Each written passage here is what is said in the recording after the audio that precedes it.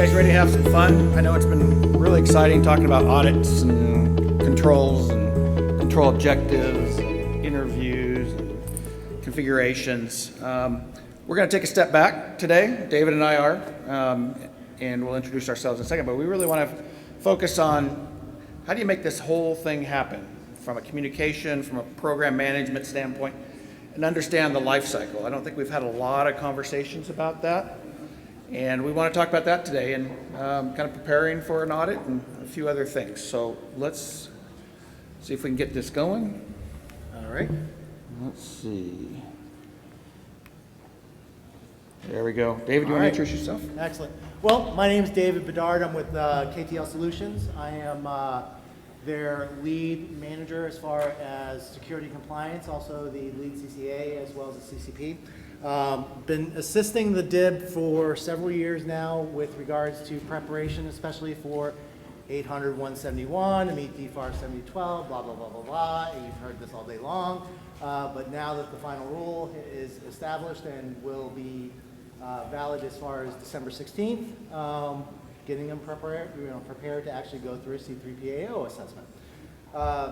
And, on top of that, I'm obviously trying to make bobblehead Bedard proud of me by doing a good job up here today. Yeah, we'll talk about that in a minute. I'm Jerry Leishman. I'm from Seattle. It's lights out up there. If you guys haven't heard, and the big storm, power's out. People have been out 30 hours, so it was a cyclone bomb. And I don't know what that looks like, but I'm glad I'm out there.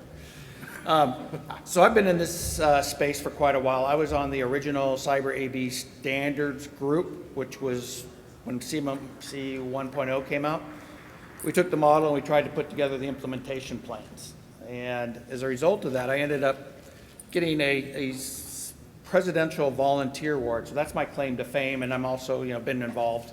Since then, I got my CCA, CCP, worked with many clients around the country, helping them through the whole life cycle of CMMC, and so I'm excited to talk a little bit more about today, but there's David's bobblehead. He, before today, was the only bobblehead I knew in the CMMC ecosystem, so he's a very special man. And you can thank Heidi Hose and Matt Titcomb for that, especially Matt liking to bring people up on stage. He brought me up on stage earlier in the year, introduced me to everybody on the West Coast, so now I'm here on the East Coast. Excellent. So you guys ready? All right, let's jump in.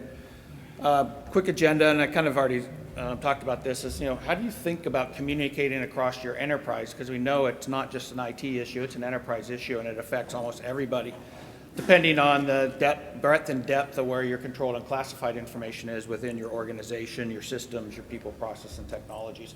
So we want to talk a little bit about life cycle and how to communicate at the different phases of the life cycle, because each phase, for example, getting started versus going into implementation or getting ready for the audit, there's different knowledge in the organization, so your communication style, your communication information will vary. So it's not a one-size-fits-all. It's really communicating effectively through your whole CMMC life cycle to make sure you have success and reduce the risk of people doing the wrong things or people not supporting you. So that's what we're going to go into. So I'm going to start with this slide. It's an interesting slide. It might look like your chemistry chart, right? You remember all the chemistry? I can't remember how many different items there are, but there's a lot. This is a organizational one, but it's grouped into 4 areas. You've got executives, you've got IT, you've got operations, and then you've got alignment of all that across the different businesses. You really have to think about communicating at the enterprise level, because depending on where you're at, the size of your business, the complexity of it, where your CUI is at, you're going to affect everybody in some way, some more than others, and depending on what part of the process you're in, people are going to be more impacted than others. So we're going to start with the stocks or the enterprise. Then we're going to go into what do you need to do to make sure that when you get set, you're ready to go, that you can hit the ground running. There's a lot of prep here because it's so much knowledge. It has to be understood before you actually try to move it through the organization. Otherwise, you're going to go down dead ends, get blocked by people that you need, like the CFO, to actually get resources to get the work done, to ultimately get to the point of an audit ready, which is what we've been talking about. What's the audit look like? Well, to get there, you got a lot of work ahead of you to get to be audit ready. Basically your 110 controls, 320 control objectives, that are documented, they're in the processes, and you've implemented, and then what they're institutionalized is the word the DoD means or uses, which means it doesn't just sit on the shelf. It's actually your documentation matches your process, matches your tools, and you've been doing it for a while. That's what the DoD is trying to drive through every one of the organizations here, is institutionalization of security and cyber and compliance to the NIST 800-171. And when the audit comes, it's a rubber stamp. I mean, that's the ultimate goal, and that's where you've heard people say, traceability, documentation's known where it's at. They ask a question, you know right where to go. And when they go to interview people, they say the right things that matches the documentation. And when they show me how you do that, then they show the screen and it matches the documentation. That's the ideal outcome that you want to demonstrate your expertise and to get through an audit with the lowest risk. But it's a long path, and this is where most companies have to spend the majority of the time. People have been waiting for this day to have CFR 32, the CMMC program, actually become law, because it'll never happen. It won't happen for 5 more years. It doesn't affect me. I'm too small. You've probably heard all of those things over the last 5 years. The time is here. So if you haven't started, you'll need to start now wherever you're at in the process. So I want to kind of give you some perspective about, well, how do I look at my company to understand what level of communication I really need to drive through the enterprise to be successful. So how many of you have cleaned your garage in the last year? Right? Probably if you haven't, you should. But it's a task that takes you 2 hours. You're in and done. I mean, the requirement was get the stuff off the floor, get it on the shelves. Pretty easy. This is not CMMC. How many of you have done a remodel of, say, a kitchen or a bathroom? Well, it's really hard to do it yourself. You're going to need some help. But, you get a friend over, rip some stuff out, you go to Home Depot, buy a new sink, put it in, make it look okay. Or you can hire a contractor to do it and pay a little bit of money and do it nicely, right? I would do the nice look because my wife would say, yeah, you can't do it. So doing it nice, but it requires some help. And then just say, if you had to build a house, you can see it gets more complicated. It's not a one task, it's a multiple task. There's dependencies. It's starting to look more and more like the CMMC program. But how about in your organizations? Who stood up a safety program that's been driven by legal and regulatory requirements? You had to go in, protect people around machinery. That's a whole process. It's training, and there's ongoing validation by the government agencies. Well, that sounds a little bit more like CMMC, with the audit. And then lastly, who's had to stand up an entire program for their organization, DoD program, where you got to deal with the customer, you got to deal with your suppliers, you got to deal with your executives. That sounds a little bit like CMMC as well. But none of them are a perfect match. But if you combine standing up a DoD program, standing up a safety program, and standing up and building a house, all the complexities of those things come together are really about what your CMMC program will look like at the end. You've got to get there, there's going to be milestones, and then you got to stay there. And as we've heard, it's not a one and done, right? It's going to get there, stay there for a long time. CMMC is not just a project, it's really a program. And if you want to do work with the DoD, you got to think of this as a program, you've got to resource as a program, and more importantly, your executives need to know that to be in the business of DoD using CUI and even FCI, we're going to need the right set of resources and investments. And that requires education, right? That's where it starts. A good example, Matt Travis talked about the airline example, where you go to the airport, you wait, then the plane changes, you go and wait. Well, that was really cool, but I want to use another example. So seat belts. So this is a good one. So how many of you have been in a car with your mom and she's hit the brakes and gone out and like that and stopped you? Probably most of us. I know I have, especially my age. And they said, well, that worked. She did the best that she had. Her arm was pretty strong, but a lot of times she'd miss, and I'd hit the front dashboard, get a bloody nose, or some kids flew out the window. So the federal government said, well, now we need to, in 1968, say, well, you're going to need to get seat belts in cars. So they put seat belts in the front and back seats of cars, right? And that was great. Every new car had to have seat belts, which was great. So people kept driving now with the new cars, but mom was still doing that, and kids were still getting into the dashboard. And I say, what's going on, right? We're having more accidents, people are still getting hurt. Well, just because the seatbelt's in the car doesn't mean we're wearing it, right? So think about what the DoD is telling us, right? On December 31st, 2017, they said, you need to do NIST 171. That's basically putting seatbelts in cars. And the DIB didn't really wear them, and so we continue to get exfiltration and ransomware. And so CMMC is really saying, okay, we're going to put a law around that you have to wear your seatbelt. Otherwise, we're not going to give you your business. Well, what they did in the U.S. and the state of New York in 1984 is they made it a federal or a state law that you have to wear your seatbelt while in the car, otherwise you're going to get a ticket. And then it's expanded. Obviously, we all have today seatbelts in cars at the federal level. But what Bob Metzger said today also is that it doesn't stop there.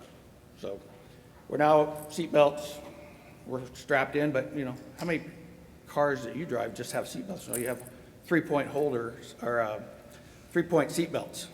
Okay, that's even better. So as we think about looking ahead of CMMC, this is just the beginning. We're still in the seatbelt here. You got the 3-point seatbelts coming. And then they've introduced airbags.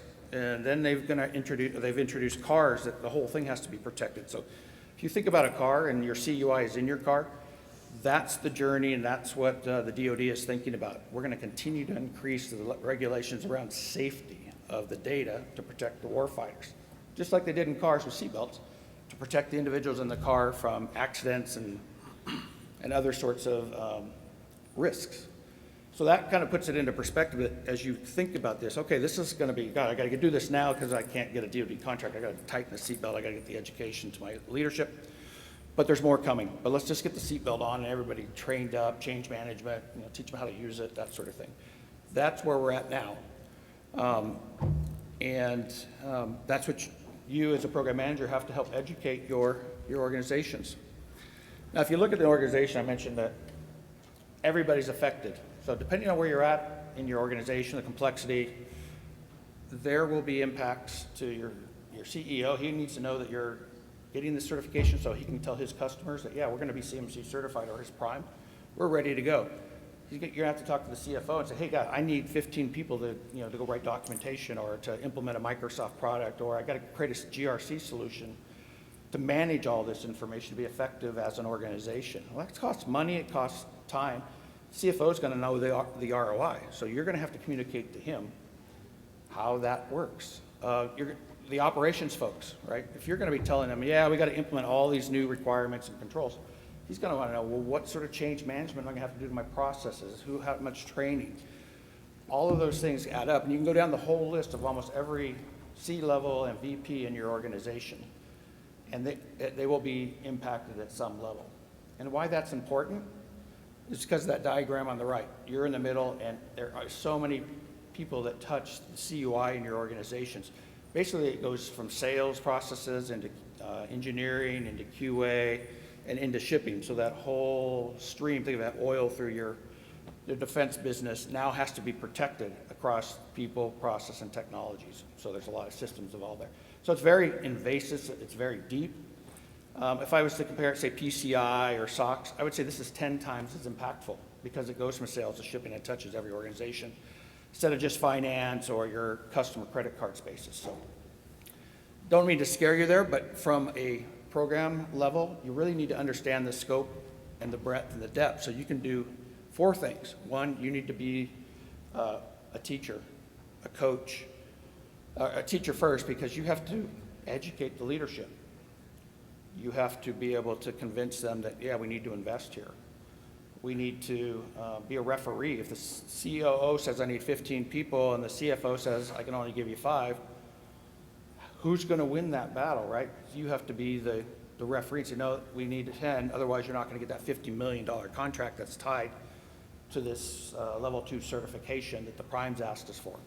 Oh, okay, now that makes sense. So you got to really understand what makes people make the right decisions, be informed and make the right investments going forward. And as the PM or the program manager, you got to understand the end-to-end. You have to understand that big picture because the audit guys aren't going to understand that. Your IT guys aren't going to understand that. Your business guys aren't going to understand. They understand their pieces, but you got to tie it together if you are responsible for your CMMC program at your organization. So, I mean, pretty exciting job, pretty hard job, and you really need to understand it up front before you jump in. So that's kind of the overall thing. So now once you kind of have a established understanding, you can begin to look, okay, now what's my organization's current security and compliance posture? And to get started, how many of you are here just getting started on your CMMC journey? Okay, so you're kind of at the beginning, so you really got to start on the education side, right? You got to start with leadership, because you can see if you don't have the leadership support, it's going to be really hard to drive the implementation in a successful way. Jerry, while you're asking that question, I want to ask one other question out Yep. there. Those that are not consultants, how many here have had training as a CCP? Wow, there's a lot more than previously, so we're That's getting to good. be about half the room, so that's actually pretty good. Yeah, that's fantastic. And, CCPs and CCAs are the best program managers out there, because you understand the details and what's expected at the audit. So you can work back all the way to the front of the life cycle to make sure that where you're at is the outcome is, as audit ready, will pass the test. So there is benefit to having a CCP and a CCA, and I can encourage everybody to do that, even if you're not going to be on the audit side, but just from a practitioner side. How many of those are kind of done their assessment, they kind of got leadership approval, and now you're in the design phase? Are we going to go to Microsoft to put our CUI, or Amazon, Google? Are we going to need a SOC, or are we going to do it all in-house? So kind of a design phase of your solutions prior to implementation. How many are in design? Okay, not too many. How many of those are in implementation, where you're actually trying to get it all done and schedule your audit? A few. Yeah, that's good. Everybody's doing that. And how many are just are in line to get their C3PAO to do their audit? So you're effectively done. Okay. So each of those phases of the life cycle, there's different levels of communication, as I mentioned. If you're up front, there's a lot of education, there's a lot of refereeing, there's a lot of coaching, and there's a lot of work to build out the plan that will be effective with the internal and your external service providers that you select. It's a very complex process. Good news is a lot of it can be simplified by simplifying where your CUI is at.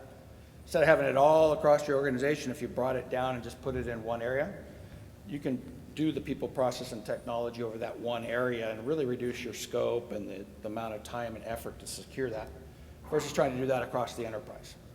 So that's your engineering your CUI should almost be your first step before you actually do implementation to protect it.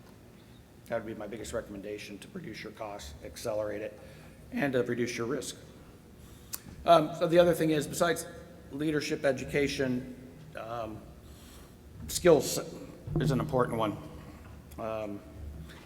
Most small organizations don't have cyber experience. They usually have an IT person that knows how to install Windows on a desktop and then tie it to the network and put it out. But that's not secure. I mean, it's functional, but you need secure. So that's why you need either a third party or somebody that really understands the level of requirements to help you. These are consultants, managed service providers, which both David and I work for managed service providers that know how to do this well, and can you almost outsource that function to them so you can focus on your business work and let an expert at lower cost at scale and manage it for you. So those are options. The other thing though, before you can actually do an implementation, you got to know where your gaps are. And there's been a lot of questions to me. Hey Jerry, I know we don't really do these things. We don't have good documentation. Do I really need to do an assessment? I would say no. If you really kind of know, it's why go and assess when I already know? Just go right into the solutioning. Go pick your vendors and start building out and implement. You're going to save all that assessment time and money and put it into implementation so you get there faster at a cheaper cost. So, but if you don't know and your leadership said, no, let's spend some money and figure out where we're at. Okay, we'll go in and assess it at every control. So you're good, you're partial, you're not. Here's your SPUR score, which is between -205 and 110. And then they say, okay, all right, we now know what we already knew. Okay, well, that was real helpful. Let's start figuring out where we're going to go. So that was one thing. And then this slide, before I turn it over to David or we start talking, is, okay, where do most of the work land as you're looking at your organization and the requirements? 3 areas: documentation, documentation, documentation. You've heard the system security plan, you heard the policies, you've heard the procedures. You can't even get started in an audit if you don't have that, because the auditors will look at that and ask for it, and if you don't have it, so you're not ready. So documentation is important. Now just But you can't just do documentation in isolation, because you've got to look at that documentation as it supports the process, and those processes have to support the tools that you use. So it all has to be tied together before you can call your documentation done, because you're going to get tested against the documentation that it supports your processes and your tools. That's the institutionalization layer. So as you think about managing a project, you're going to probably have 3 work streams. There's going to be coordination, and that all have to be managed based on the resources that you have. Makes sense? But that's kind of a grouping, and there's 320 actual requirements you have to work through. And then you just kind of get started. Now we're into kind of basic project management 101. I don't want to spend a lot of time here, but what's really important is all that work you need to do to get ready, and the complexity and getting the stakeholders and leadership and the RACES and your third parties are really important to get that right, because once you start, you're going to run it like a project. And you got to have the right team, because you're all climbing the mountain, the CMMC mountain together. And if you don't have the right team, and if one person drops out or doesn't, support their requirements, like a managed service provider, we'll talk about that in a second. This managed service provider has to be CMMC level 2 compliant from a documentation and process standpoint. They don't have to have the cert, but I wouldn't go with an MSP that doesn't have the cert once they can go get it, because it demonstrates credibility that they're doing what they say they do. Versus some solutions out there that say they do it, but you don't have any guarantees. And that's really risky for you when you get into the audit, and auditors say, hey, these guys don't even have their own shared responsibility matrix, so how can you know what they're doing to support the requirements? Well, they said they were doing it. Well, they don't even have documentation, which I need to see to pass your audit. Oh, okay, you failed the audit. So it's really important about having the right team. Dave, you want to jump into kind of talking about one of those third parties? Yeah, when you're really looking at your third-party organization that you're looking to do business with, whether as a service provider, whether as a consultant, you need to really make sure that your statement of work is very clear, okay? What are they going to do for you? How are they going to do it? What's your deliverable going to be? Is it monthly? Is it a one-time deliverable? Is it quarterly? These are some of the things that you're going to want to know, especially with your system security plan. If they're helping you with your system security plan, okay? Do they have an example? Can they provide you an example of what they're using to help you build your system security plan? And I'm going to tell you right now, if they pull off and show you a template from NIST 800-171 Rev 2 from that system security plan, walk the other way. That's not good enough, okay? You got to look at your system security plan. You got to know, okay, did you identify your external system? Okay, do you understand what your network is? Do you understand, do you have your assets in there and categorized? Are they a CUI asset? Are they a contractor risk managed asset? Security protection asset? And, specialized asset? Oh yeah, and oh, by the way, your out of scope assets. Are those listed? Okay. Does your SSP, do they provide you with enough information to know, hey, okay, it's not just the control level. It's down to the termination statement or, assessment objectives, depending on who you're speaking to, whether they're talking 171 terminology or CMMC terminology.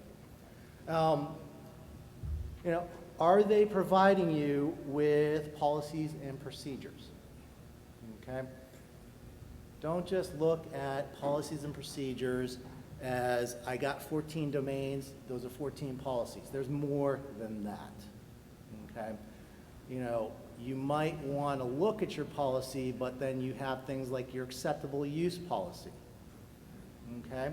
You might have a lot of remote workers that are out there that, okay, well, we need a clean desk policy. Is that within my acceptable use policy to let them know that when you're working at home at the end of your shift, you put that documentation away. It's either locked in a drawer, locked in a room, but that is your clean desk policy. Your mobile device policy, sure. You can capture some of that information within your access control policy, but it doesn't really fit there because access control is about controlling your mobile devices that can get onto your network, and the encryption is on the mobile device. But your end user, how do they know what's acceptable for mobile device usage? Okay? And then, of course, are they providing you as an ESP an actual cloud solution provider? Okay? Or are they just an ESP where you have to make sure that they have the applicable controls in place? You know, that shared responsibility matrix, as Jerry mentioned, can they provide that to you? Okay? If they are using a cloud service and they're making alterations to that cloud service specialized to be able to service you, chances are, you know, from that standpoint, if they modify the basic cloud services, they're a CSP, they're subject to FedRAMP. That's per the CMMC facts. You go to the DoD CIO's office, you know, as far as the CMMC program, look at the website, look at the facts, you'll see it right there. It's the same thing with a lot of folks that have questions about CMMC. Okay, you go to the DoD CIO toolbox. You look at that information. They clarify questions that get asked all the time about CMMC. Question for you. Yes. So your shared responsibility matrix for your customers, how many of those do you either own or partially work with the customer?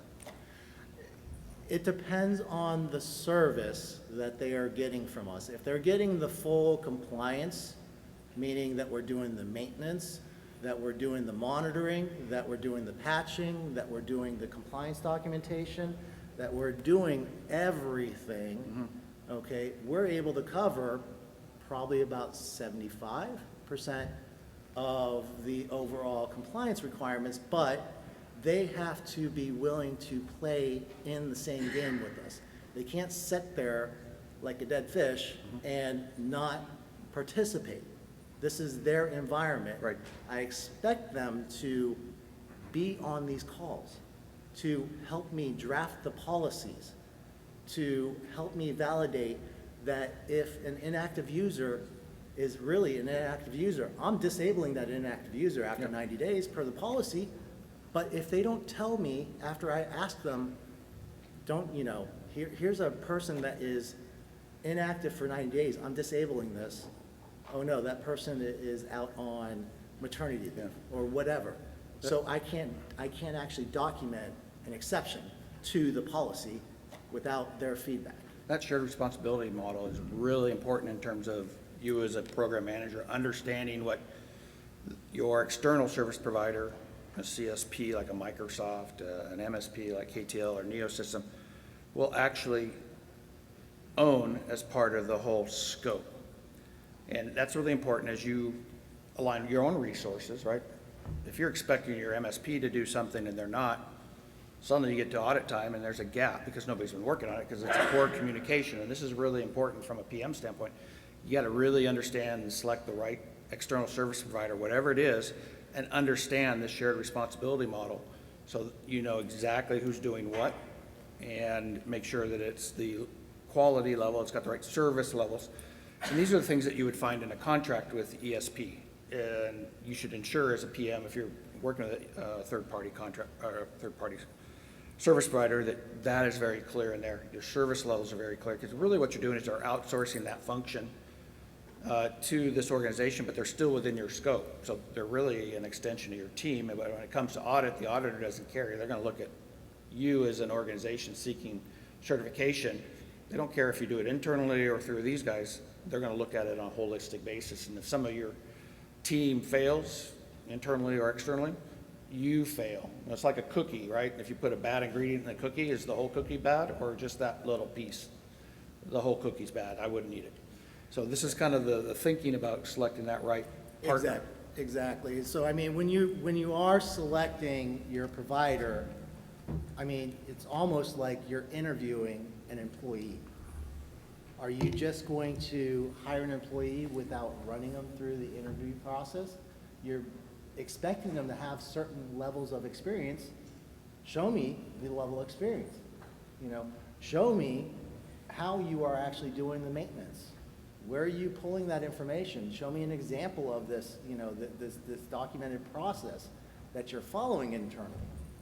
Show me that, you know, an example of maybe an incident response test that you do for your own internal process. It doesn't have to be for one of their clients, but still, they should be doing their own incident response plan, you know, as far as testing.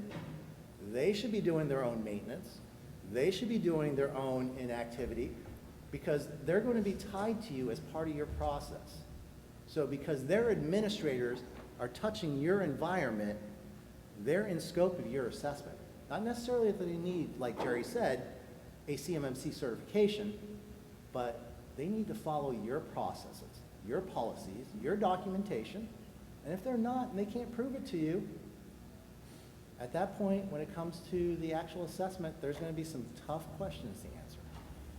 Some really tough questions. Yeah. Okay, I mean, so this is really, really important. And you might have 2 or 3. You might outsource your security operations center. You might outsource to them in MSP. I mean, obviously, if you go to the cloud, like a Microsoft or an AWS for your infrastructure, or even Google, they've all got FedRAMP high. So, you know, that meets that criteria. And you inherit all the physical controls from them for storing and transmitting and creating the data within the physical side. But you have all the other controls, and that's where you kind of inherit from your MSPs or your MSSPs, all within your scope that you'll be audited. So really, really important to make sure you pick the right team. Let's keep going here. So now you got your right team, internal, you got resources. You're now ready to manage the plan. And by this time, you better have a full integrated plan with the work streams that we talked about, roles, responsibilities, dependencies, best that you can, right? It'll never be perfect. It'll change every day. You know, it's kind of project management 101.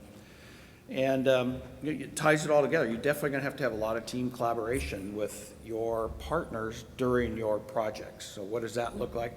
You know, I think this is a basic one-on-one. You know, you're going to want team collaboration, weekly status meetings, working the plan, status meetings from your ESPs up to the master plan as a PM, and just continually updating that.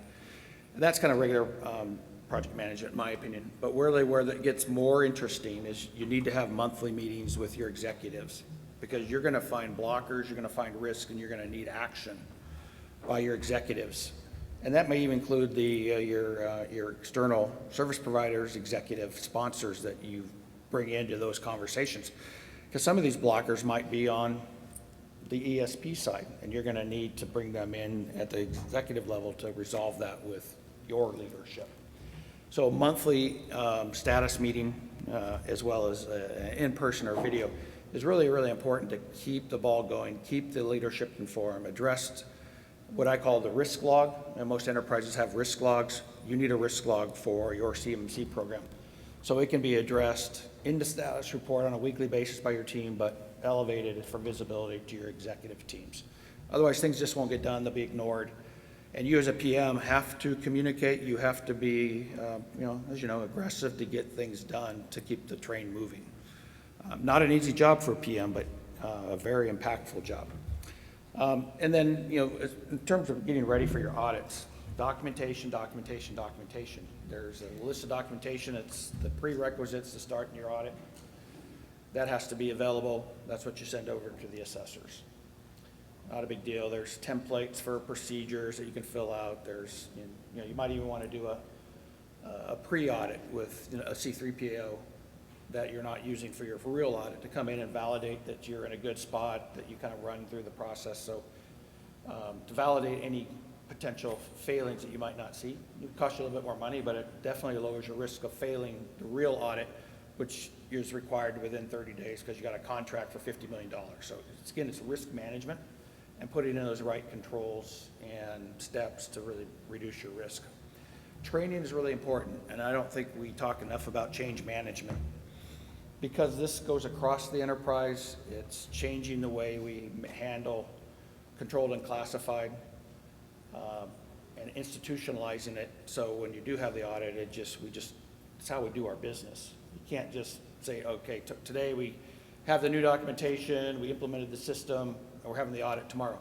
You're going to fail because nobody's used to kind of working through the processes one of the most successful joint volunteer or joint volunteer surveillance, or is it JESVA? Yeah. Was the first one. I can't remember who they are. Reagan Edens, if he's here, can tell us. But they had a couple false starts because they thought they were good enough. And then they went with one of the TMAC in Texas, and they kind of went through and said, oh, no, you guys, you still have gaps. And so they then spent the next 6 or 8 months fixing those gaps and actually implemented in 3 or 4 months before they actually had their audit. That 3 or 4 months before, by just working through the process, institutionalizing it, just making it part of their business, is what allowed them to get their certification with no problems at all, because they just lived it. And subsequently, they were acquired because they were low risk, and one of their primes really wanted to buy them because they were already there. So it's really, really important to make sure that the change management component is baked in prior to your audit. Otherwise, you're at a higher risk of failing because people are going to be doing things that the documentation doesn't say, and that's not good from an auditor's perspective. Anything to say on the implementation there? Yeah, I Piece? mean, you know, with change management, it's very important. You know, when you look at the configuration management domain, it actually calls out change management specifically, that changes in the system are reviewed, approved, and, you know, prior to implementation, but also documented, okay? When you document a change, that impacts other requirements. So when you look at the change management requirement, if you're making a documented change to, let's just say, a server, okay, does that impact something? Well, what about your baseline? Okay, your baseline documentation. That should be the last step of your change management process. Update the documentation. And as best practice, I would just say that if you're updating your documentation for change management, probably would be a good thing to keep one version history, just for historical purposes. Yeah. You got through the get ready stage. You spent all that time and effort. Yep. Now you're almost audit ready. Now you move to the next phase. And so Dave, why don't you just kind of talk through that? Okay. Yeah, so the next phase of it is, all right, you've done all this work.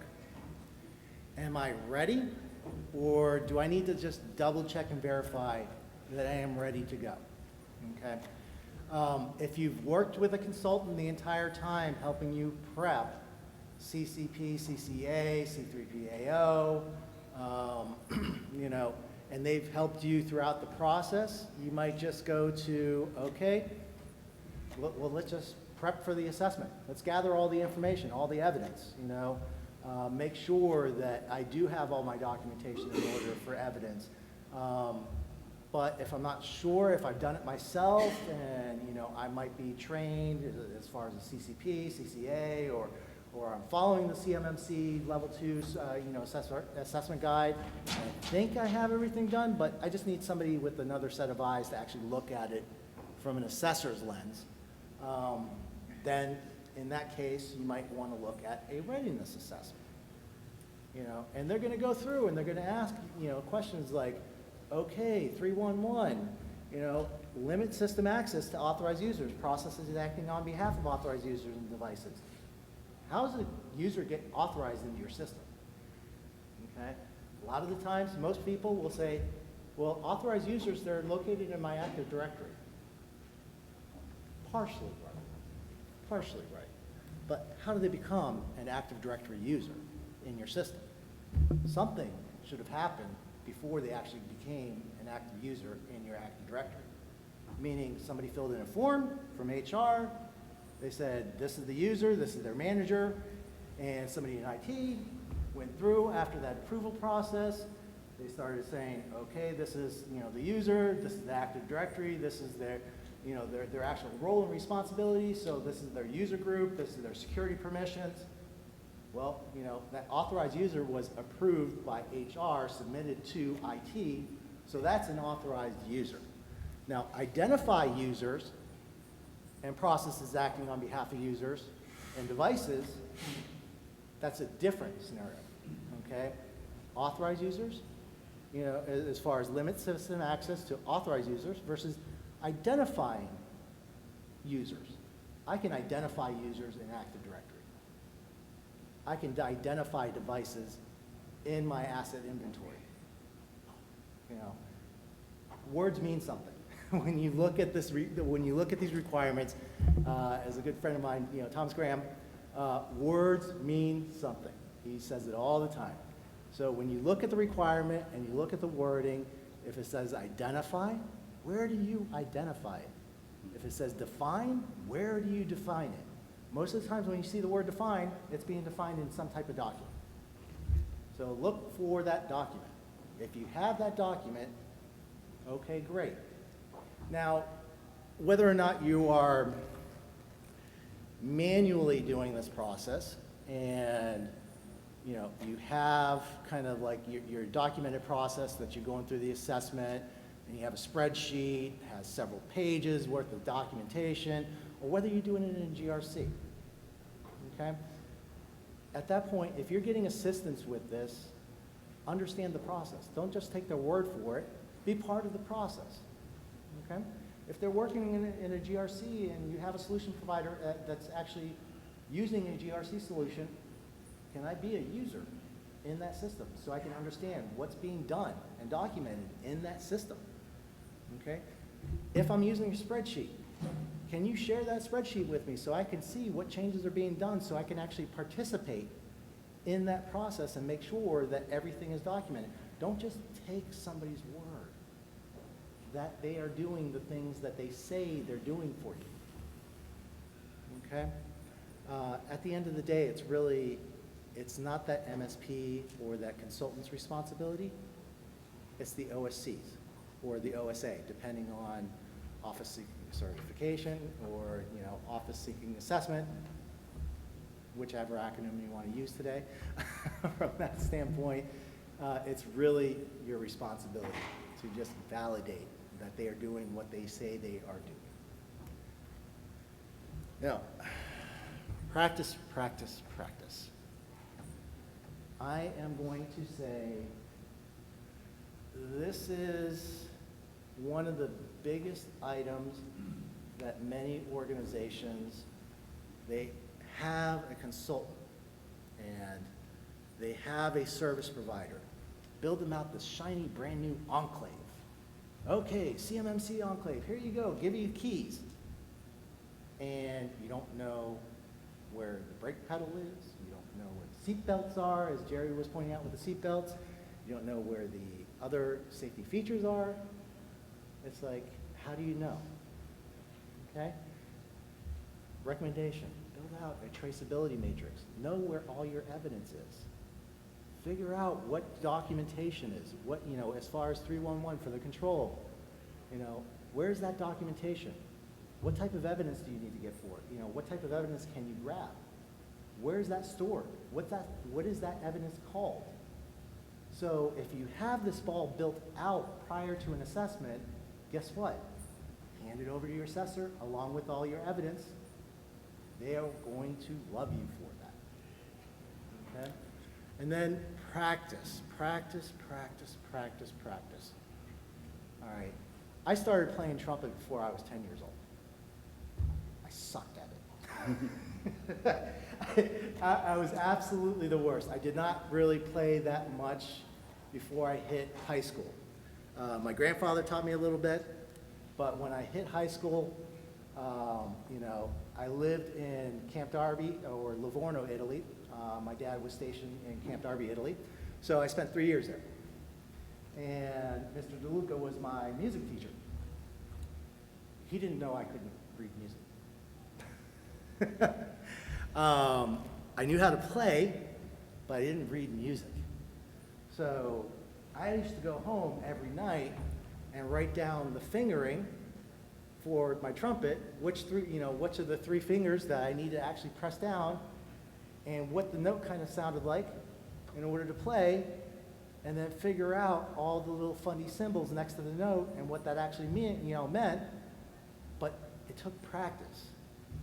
Okay, by the end of the 3rd year of practice, I was part of his jazz band going downtown Italy and playing, you know, various different jazz concerts and everything else downtown. But it takes practice. You have to be willing to put in the time for that practice.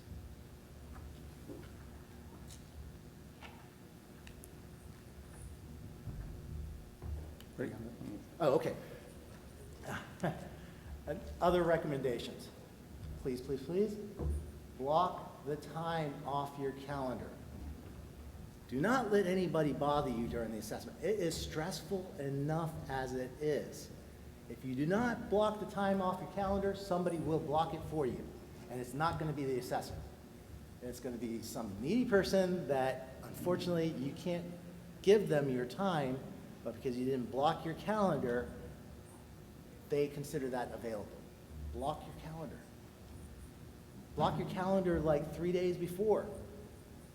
Shut yourself in a room with the other people that are going to be part of the assessment team and make sure you have everything in order. Okay? If the hair is not on fire and people are dropping dead, it's not important at this point for them, for you. For you, what's important, get through the assessment, make sure you have that time blocked off. Even if you have to hurt somebody's feeling, and put your hand out and, as they walk up to your door and say, no, get away. You can apologize afterwards. I have. It's just one of those things. I needed focus. I need the time. I have to block that time off or somebody is going to take that time. Build that traceability matrix, okay? Just do yourself a favor. If you don't know what a traceability matrix looks like, okay, look up a traceability matrix. If you need a good example, Matt Titcomb over at Peak InfoSec, he hacks actually the document templates, so he was the one that actually created the first bobblehead Bedard and put me on stage. And then again, how do you get to Carnegie Hall? Practice, practice, practice. I mean, I cannot stress that enough. If you are handed over the environment and you don't know how to work Sentinel, if you have Sentinel for your SIEM solution, okay? If you have another SIEM solution, whether it's LogLogic or Logarithm or any of the other SIEM solutions out there, and you're using, queries into the system to pull log data if there's not automated logs in the system, okay, what are those queries? Write them down. Document those queries, so all you have to do is actually copy paste. Hit enter, and you have to label what that query actually does. Nothing wrong with that, but it helps you eventually, later on, remember that, oh, if I need to figure out who actually logged in at what specific time on this machine, and this is the query that I need to pull that information, great. If you're working with a consultant and they're handing you over that information, hey, can you give me a couple queries that I can actually have on hand to actually know what I need to run? If they can't provide that to you, I mean, really at the end of the day, what are you paying them for besides setting up your system that you don't know how to run afterwards? Okay? Understand where all your information is, okay? A lot of the times I see during assessments that if you don't hit it right out of the gate with access control, you're going to have a rough day. Know where your GPOs are. Know what your access rights are, your security groups. Know that information almost like the back of your hand, even if you have to write all that information down and reference it in notes as you're going through, and you're like, label everything, 311, this is where I need to go, 312, this is where I need to go. Nothing wrong with that. Nothing wrong with that, okay? Because a lot of the times with the initial part of the assessment, it's virtual. They can't see what's on your desk. I mean, unless there's a physical component of it, when you get to the physical security, okay, yeah, they're going to come out on site. But for the initial part of the assessment, generally, that's all going to be remote.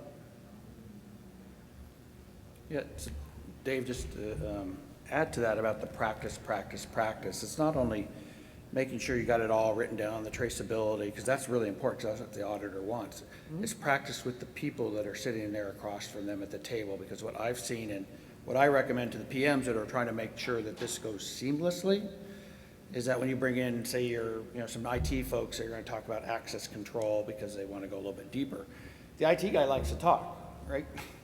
So if they are talking about access control, I say, yeah, we do two-factor authentication, and yeah, we meet this control, but we've got another thing over here at this other facility that we use too, and it's like, oh, stop, you now just broken into jail, because now that opens the door for the auditor to start asking questions about something that's really not in scope, and it gets confusing. But now, just like any good investigator, well, tell me more about that. Now you start wasting time, and maybe it is something you didn't know about, and the auditor's gonna go, well, yeah, that is CUI outside of your scope. Now, the whole audit's over because you misscoped it, so I can't trust anything you said. Yep. So really, make sure your team is aware that don't break into jail. I didn't really understand what that meant, but you're doing good, you're having a good time, but when you say something wrong, suddenly you're in jail because you said something you shouldn't have. So practice with your people and make sure that they understand the risk of answering the question black and white. Do you have two-factor? Yes, we have two-factor. How do you implement? We implement it here. Right, so you don't want to tell the stories, and so you got to get your people to just answer the question that they're being asked so they don't break into jail. So that's a huge thing that you really have to watch out for. And just to kind of add on that, since you reminded me, when the assessor goes quiet, don't feel the need to fill the void. Keep quiet. They're just taking notes. They're not waiting for you to just subjugate yourself to more information coming out of your mouth. Just please don't do that. Yeah. Silence is golden. Silence is golden. And then, of course, finish strong. Not all assessments are going to end in 110. Okay? You end with 80% in place or 88 controls. At that point, you have 180 days to actually close out the assessment after the conditional CMMC status date. All right. Just keep in mind that when you do that POAM, you're going to have to also make sure somebody affirms on that actual part of the assessment, because they are going to have to affirm again at the POAM closeout if all things are in place and you have your actual certification versus conditional. Okay? And also just make sure that several folks are reminded of when your actual assessment completion date is, when you actually have your CMMC certification, and everybody marks their calendars for, I'd say, 10 to 11 months after that. That is responsible for your CMMC, because somebody's going to have to affirm on the off years. If nobody affirms on the off years, guess what? You start that all over again. You've got to go back and do your certification all over again before your third year, because you basically void your certification per the rule. Somebody has to affirm, or else you have to go and start all over again. David, what kind of things do they do that after they get their cert, which is great, they can go win contracts, which is what we want to be. What do they have to do in that next year to stay compliant around? It goes back to your, as far as security assessment requirements, continuous monitoring. Right. Your maintenance, your patches, and So things of that nature. Yep. I mean, that's going to keep going over the course of the next 12 months. You're going to have to keep that up. If you don't keep that up, then you're just not, you're going to fall apart. It's basically like driving your car. You have to tune it up. You have to get your oil changed. You have to get your brakes changed. Since you started on the car analogy. Yep, works. So you have to keep that uptake on your program. And if it takes constant reminders and, set things up. Either you set it up on an Outlook, set it up on a spreadsheet, so whatever it takes, make sure that you're doing it on a regular basis, okay? And just keep in mind, the reason that I say that many people should be reminded that you have to affirm, if only one person knows that when your actual date is, what happens when that person leaves the organization unexpectedly? Oh. I didn't know I didn't have to affirm. You know, I didn't know I had to affirm. That's not an excuse. So multiple people should know when you should actually have to have your annual affirmation. So really why this job is a get started and keep going, and it's a program, just like your safety program or any other regulation that gets put into place to protect people. This is protecting CUI and the warfighter, and depending on where you're at in that life cycle that we just went through, you'll have different people to communicate up, down, across, to get or to keep compliant. So when you talk and communicate, you have to talk about this as a long-term sort of an investment by the firm, because we want to do business with the DoD. It's not just a one-time project like cleaning your garage or remodeling your kitchen or building a house. I mean, those are all good projects. There's maintenance to be done on those things, but the real work becomes getting there and staying there. And so as a program manager, you have to communicate that across the whole set of your stakeholders, your team, to get to the mountain, top of the mountain, and stay there. So that's some of the feedback we've loved to have shared with you guys on communication and how important that is. The audit's important, but it's getting there that's can be the real challenge. So we're gonna open up for questions if you have any. We've got a few minutes, or if there's no questions, we'll be here up at stage. Any questions? I know it's the end of the day. They just want their drinks. And there are drinks coming, so, but they're not gonna get there until we're done, so you're gonna have to finish up here with us. So anybody have any challenges in their organization that they want to talk about, how to communicate and to effectively overcome that block so they can make progress on their CMMC programs? Anybody have any common challenges? Yes, or back there?